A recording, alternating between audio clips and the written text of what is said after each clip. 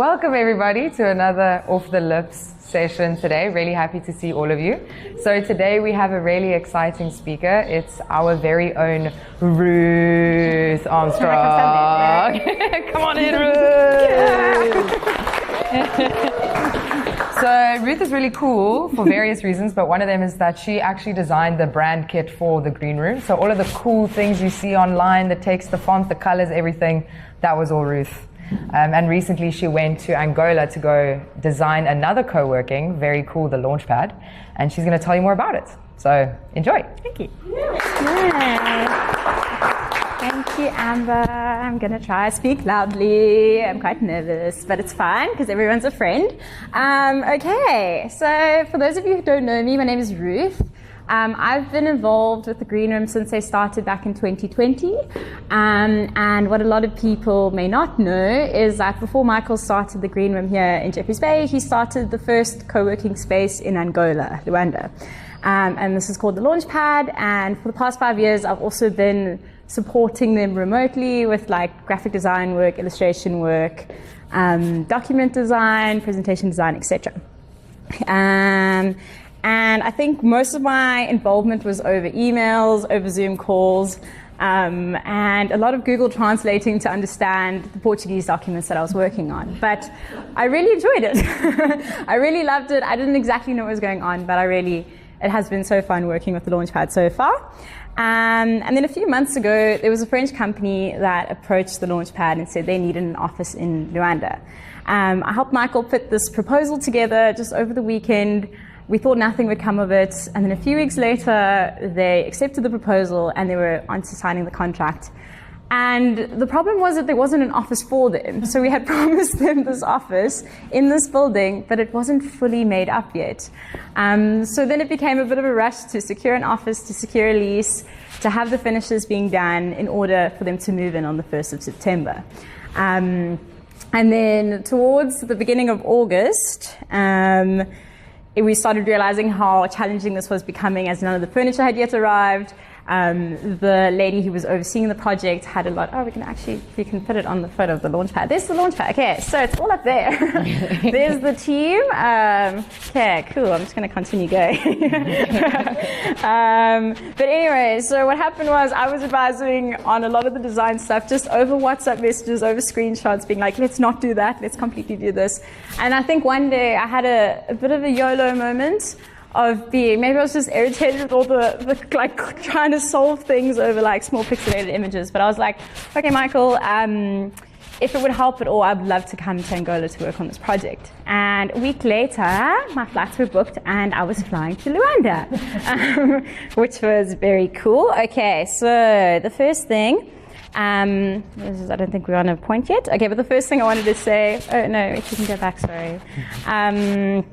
So I think one thing I need to say is for many years of my life, I had this belief that if I couldn't do something perfectly, I shouldn't do it at all. And I think this was quite a hindering belief because even around the green room, the spaces, there's certain spaces I'm so proud of that I'd be like, oh, if only we did this, or if only we could do more. And then I wouldn't do anything. And that was sometimes quite paralyzing, if that is the word. But yeah, and I think with some projects, you have to realize that perfection isn't actually going to be the outcome always. And it's sometimes more important just to put something out there and then let it grow as it progresses. And then this shift has actually been very challenging for me, but it did help the way that I approached going to Angola. Okay, so the next slide. The first thing I learned was that resourcefulness is greater than resources, especially if you don't have many resources. You don't have an option. Okay, so I'll explain, like, just to start in the middle photo.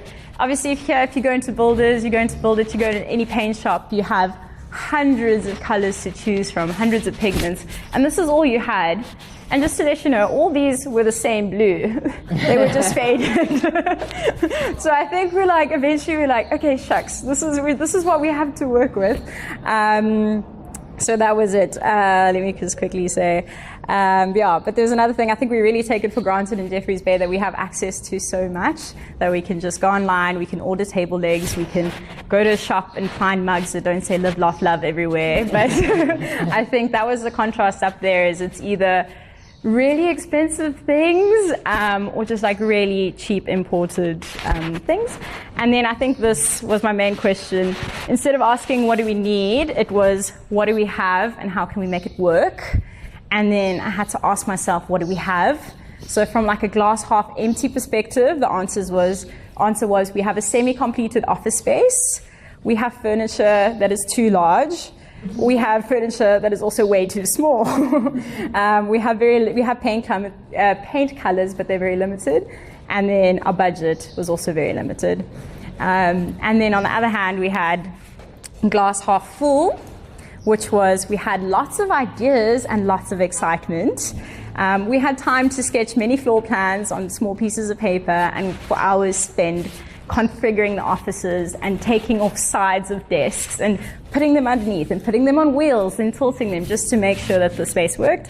And another thing is that we had a lot of people who were wanting to help us and would give us a lead of a new shop almost every day that we should go look at to try find the things. And then the second thing, lesson number 2 that I learned was to embrace imperfection is action over waiting. So yeah, I think there was a point where we just decided that we had to make decisions. There was a point because I think it's so easy just to look at a space and be like, oh, we'd love to do this. We'd love to paint this mural here. We'd love to have this art source, but we just didn't have any of that. So we had to decide, okay, we're going to work with the company's branding and we're just going to go for it. And I'll talk about that in the third point. Sorry, I didn't actually structure that part too well. Okay, so compromise is a tool for creativity.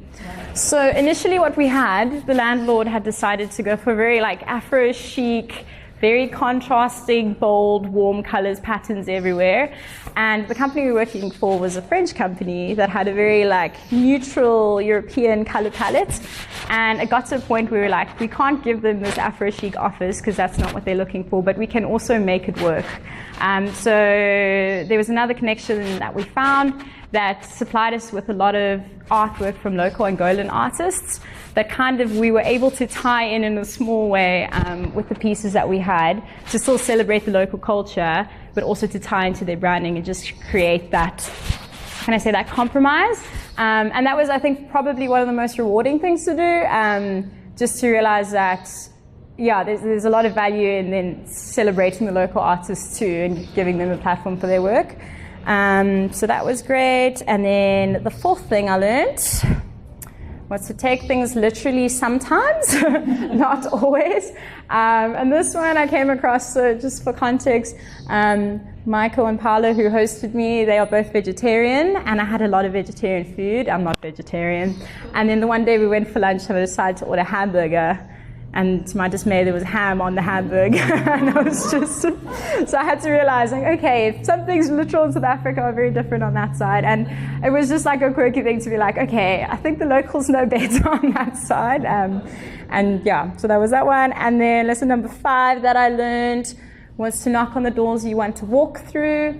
And I think this was a tricky one for me because I am sometimes quite a passive person and quite an insecure person. And I think just realizing that I had something of value to bring to this project, and I knew that I could problem solve and I could really make the space something that we could be proud of, and that the Launchpad could be proud to rent out.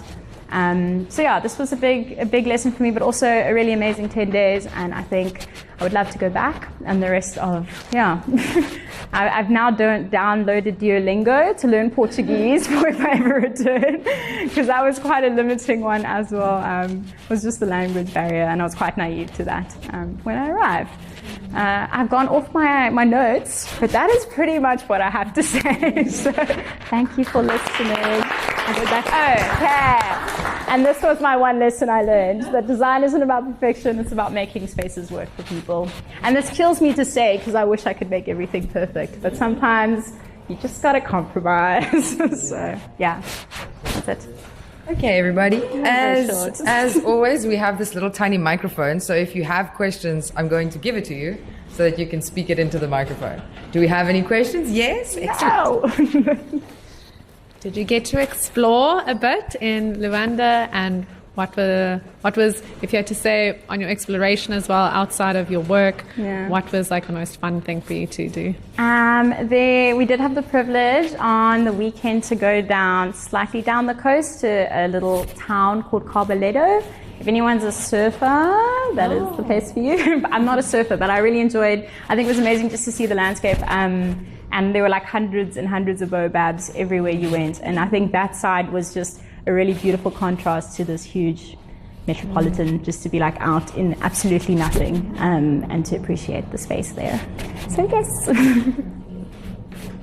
Have you been to Mozambique at all?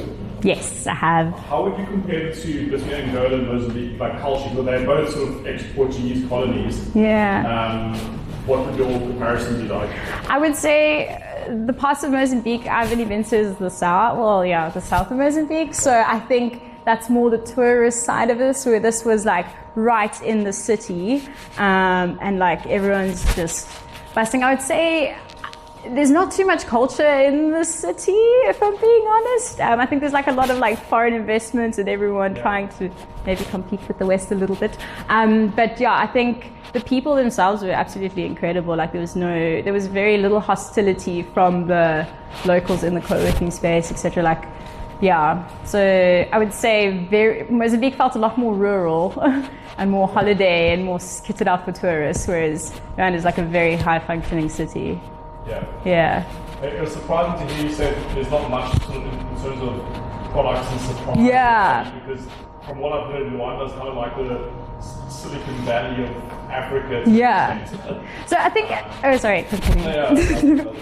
I think what was quite interesting for me was it was more the things that we were looking for we couldn't find. So I think it's got a lot in terms of resources, but just from an aesthetic perspective, I don't think people are focusing on that. I think everyone who's there is there to work, in mining, and we're there to work in accounting, like in quite like high profile jobs, as opposed to there's very little emphasis on design and designers and that side of it. And then Margaret.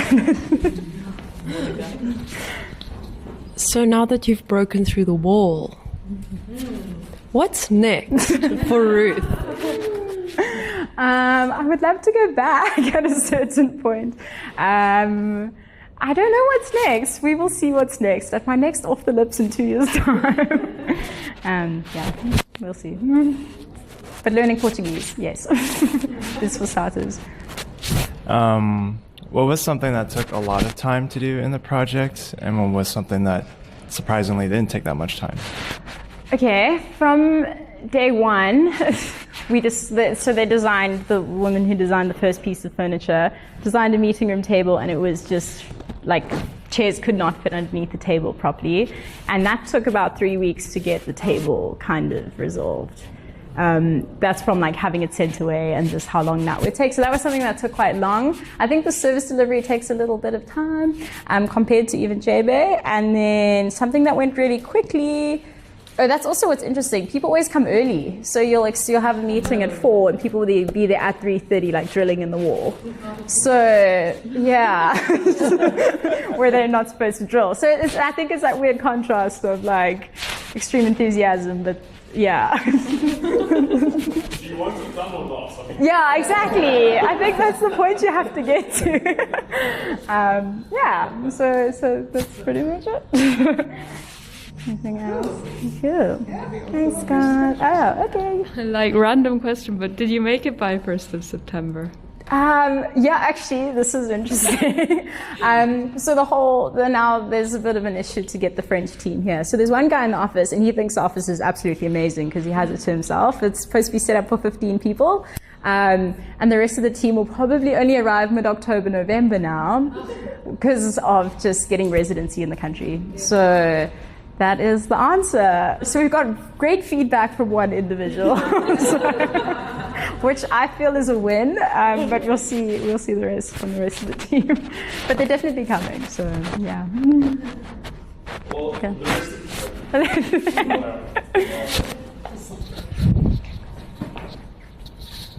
Did you get to experience Launchpad co-working there? And how would you compare Launchpad there to here? dynamics, talks. Sorry, I had notes on this. I just skipped it because I was nervous. Okay, so the Launchpad is really cool because it's actually a 24/7 co-working space.